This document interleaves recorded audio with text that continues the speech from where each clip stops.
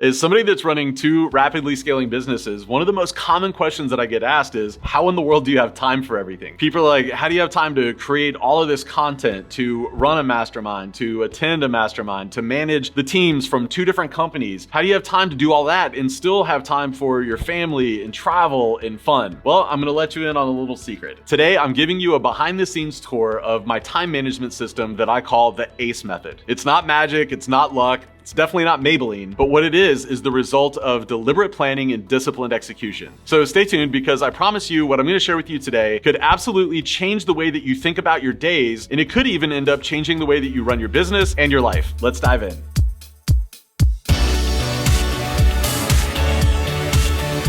1,440 minutes. That's all the time that any of us are given in any given day to get all of the things done. So in a lot of ways, time management becomes one of the great differentiators between people that are not getting things done, that are not able to scale their firms, and people that are able to get more done, people that are able to have more impact and still have time to do the things in life that gives them joy and passion and energy. And so what I found is it's not only important to be strategic with how we manage our time, but it's also important to be both intentional and disciplined as well. And what ends up happening if we're not strategic and disciplined and intentional with our time, overall, we tend to get less things done. But more than that is, not only are we not getting as many things done, but we're getting fewer of those important things done. And so what ends up happening is our work life ends up creeping more and more into our personal life, right? Like the time starts to expand with how much time we're spending on work-related activities. And as that creeps into our personal life, we tend to feel less fulfilled from our work. We tend to have resentment, and we start to get burnt out. So it's really important, again, to be strategic and intentional and disciplined with your time and with the things that you're doing in that time. So how do I think about time management? Well, over the last 10 or 15 years, I've developed this methodology that I call the ACE method. The ACE method has been so instrumental for me in making sure that I'm not just working on the right things, but I'm also working on those things at the right time. And so today I'm gonna break down the ACE method for you, and my hope is that you can take a couple of the concepts that have worked really well for me, and you'll be able to figure out how to apply some of those to your own time management system so that you can get more of the right things done at the right time yourself. The first part of the ACE method I call the AIM phase. I truly believe that your time management tactics and your calendaring, those things should all be aiming you towards achieving your goals and following through on those priorities that you've set for yourself. And what I mean by that is, like, your calendar should be a reflection of your priorities. We can all agree with that. And so when it comes time to figuring out your calendar and how you want to spend your time, you've got to put those high priority activities and strategies and tactics on your calendar before anything else, or what ends up happening is those lower priority things will end up taking all your time. So as an example, if attending your kids' soccer games is one of your big priorities because that's important to you, then start by putting that on your calendar first. Don't just think about it, like literally put that on your calendar first. If health and wellness is a priority for you, then make sure that you've got time on your calendar before anything else to go to the gym. Again, we don't want to let those other things come in and take over those priorities, and then they become an afterthought. You turn around 6 months later, you haven't gone to the gym, and you've missed like all of your kids' soccer practices.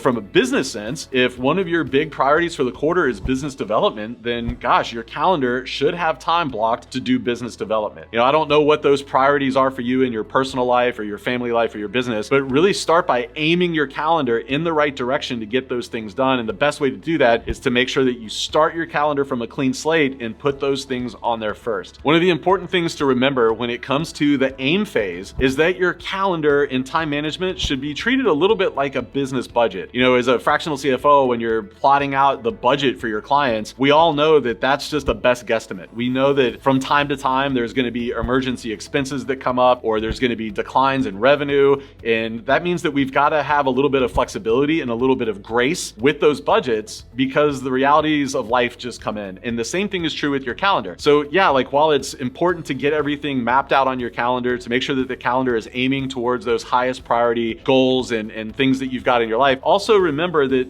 things are going to come up. So give yourself some grace, give yourself some leeway to move things around. Now, what I want to encourage you is, like, don't let that become the norm. Don't let like every little thing that comes up be an excuse to not go to your kid's soccer game or to not do business development. Make sure that you are being disciplined about it, but also know that there's going to be some things that come up, and give yourself that grace to adjust accordingly. Now, when it comes to to the AIM phase, one of the most important and helpful and useful and valuable and like highest ROI things that I've ever found to help me with this is having a great executive assistant. When you've got a great executive assistant, he or she's going to be like super dialed in to what your family priorities are, your personal priorities, and your business priorities. And he or she can help make sure that your calendar is a reflection of that. I can tell you that like working with Gretchen has been, or for those of you who don't know, Gretchen is my executive assistant. She's been all the difference in the world for making sure that I'm staying disciplined and staying in alignment with those priorities on my calendar, because a lot of times I don't have the discipline that it takes like every single day to make sure that I'm sticking to the calendar and to make sure that like those highest priority things are on there. So if you're somebody that's been thinking about getting an executive assistant and figuring out like how to do time management and to make sure the right things are prioritized, I would encourage you like move forward with hiring that executive assistant, because they can be all the difference when it comes to getting your calendar and your time management aimed in the right direction. The second part of the ACE method is the calendaring phase. This is where you're laying out the battle plan. And when it comes to laying out the battle plan, I found that there's really 3 best practices that help me make sure that I'm putting the right things on the calendar at the right time. The first one is to consider my energy. Gosh, this one took me like way too long to figure out, but there are certain times a day when I have better energy for doing certain types of tasks than I do at other times of the day. And so a great example of that is creative work. I do my best creative work early in the morning, like 6:30 or 7 o'clock until 10 or maybe 11 o'clock in the morning. That's when I'm able to crank through my best creative work. So when Gretchen and I sit down to do my calendar, when I've got to do things like blogging or writing my newsletter, social media posts, YouTube videos, maybe it's brainstorming ways to solve a problem in my own firm, we block that time off in the morning before I have any other calls, before I'm checking emails, before I'm getting on Slack, doing anything on social media. And the reason for that is like my energy is at the highest, but also it's important for me to not have those distractions, those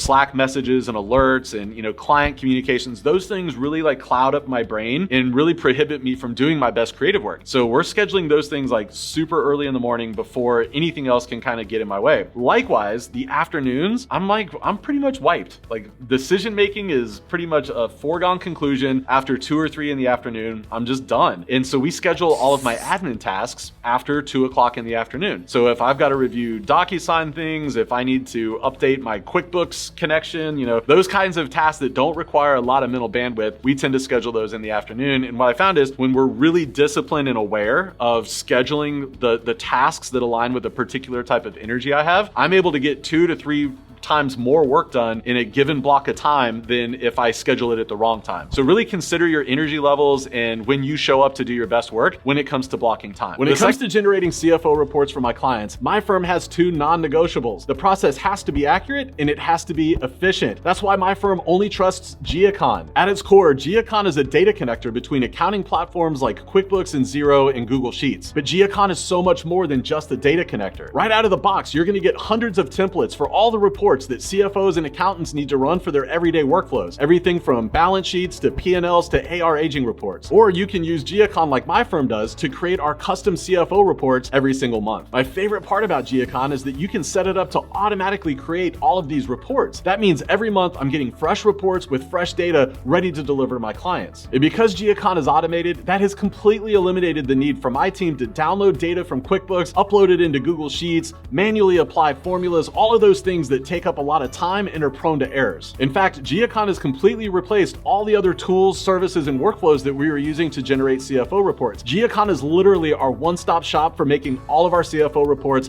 automatically every single month. If you're ready to start saving time and reducing errors, then you need to check out Geocon right now. Be sure to use the link in the description below to save 30%. That means you can get started with Geocon for as little as $28 a month. Join my firm and over 10,000 other firms and try Geocon today. The second best practice that I've learned is just being aware of Parkinson's law. I don't know if you're familiar with Parkinson's law, but it's just this idea that says however much time you give yourself, the task will expand to fill that amount of time. This always reminds me of a buddy named Thad that I knew on my first submarine. And Thad was like this world-class procrastinator. calendar. He put everything off until the last minute. And one day I asked that, I said, why do you put things off till the last minute, like every single time? And he said, well, what I figured out is if I put something off until the last minute to get it done, that means it only took me a minute to get it done. If I start something a week early, it's going to take me a week to get it done. And I'm like, oh my gosh, this is Parkinson's law personified. And so when you're thinking about like putting things on your calendar, yes, I want you to like give like accurate time estimates and, don't shortchange yourself, but also realize that if you give yourself 4 hours to get a project done, it is going to take the entire 4 hours. So really ask yourself, if you have an executive assistant, ask him or her to chime in, like, how much time do I really need to get this done? Because you could easily end up wasting 100 or 200% more time that you don't need to do, get a given task done, and that's because of Parkinson's law. Another like huge unlock for me when it comes to calendaring was realizing that I need to block my days to the maximum extent possible. In other words, I like to put like thematic, like themes on each given day. And so for us, that means like Monday is team meetings, Tuesday tends to be creative work, Wednesday tends to be coaching calls or client work, et cetera, et cetera. And the reason for that is because if I'm switching from meetings to client work to coaching calls to writing blogs, there's too much what is called in the world of like psychology, context switching. And there's so many studies out there that show that when you have to context switch, your brain is really, really slow to go from one type of task to another. And so that ends up just destroying your efficiency. And it also is like completely draining of your mental energy. So it's really been a best practice for us to schedule days thematically so that I can minimize context switching. The third and final phase of the ACE methodology is the execution phase. The execution phase is where you're taking your calendar and you're like doing the things that you've said you're going to do on your calendar. And if I'm being completely honest, the execution phase is the hardest one for me because as a husband and as a parent, as a business owner, there's so many different things that are competing for my time and my attention that a lot of times I find that it's just hard to execute on the calendar. But over the years, I have learned that there's like 3 really important best practices that help me minimize those distractions, that help me make sure that I'm working on the right things at the right time. The first one of those, really important, is when I'm getting ready to go like neck deep into a task, I find that I've got to minimize the distractions as much as possible. And the big one for me there is just taking my phone and literally putting it on the other side of the room. I actually have phone chargers set up on opposite sides of the room from my normal workstations so that when I'm getting ready to do different kinds of work, I can just put my phone on the other side of the room and let it charge. And then what ends up happening is like every single time like something comes up, like there's a flash on the screen, like some kind of an alert, like, oh wow, check it out, someone messaged me on Slack. Let me go ahead and get that dopamine hit and see what they wanted. Oh, look at that, somebody DM'd me on LinkedIn. Let me get that dopamine hit and see what's going on LinkedIn. By having the phone like literally on the other side of the room, I can't see those distractions and it really helps me stay focused. The other thing that's like such an important tool for me is on my Mac, anytime I'm getting ready to like get into that work, I put the Mac on Do Not Disturb. Now, I don't know if like Windows or Android computers or whatever else the cool kids are using these days has a Do Not Disturb feature, but that's really important for me on my Mac because all of those badges and alerts and emails and things like that, they're not popping up on my Mac and distracting my attention. So literally like putting that physical space between you and a distraction or putting the digital space through Do Not Disturb like between you and a distraction, so helpful for me to stay focused. Another great tool that I have for myself to help me get the right things done at the right time is using a Pomodoro timer. Now, the concept behind a Pomodoro timer is that I give myself these like sprints of time to do work, and then I give myself these short breaks where I can go and like basically screw off for a couple of minutes. And so for me, in the mornings, I like to do 50-minute sprints where I'm like completely like,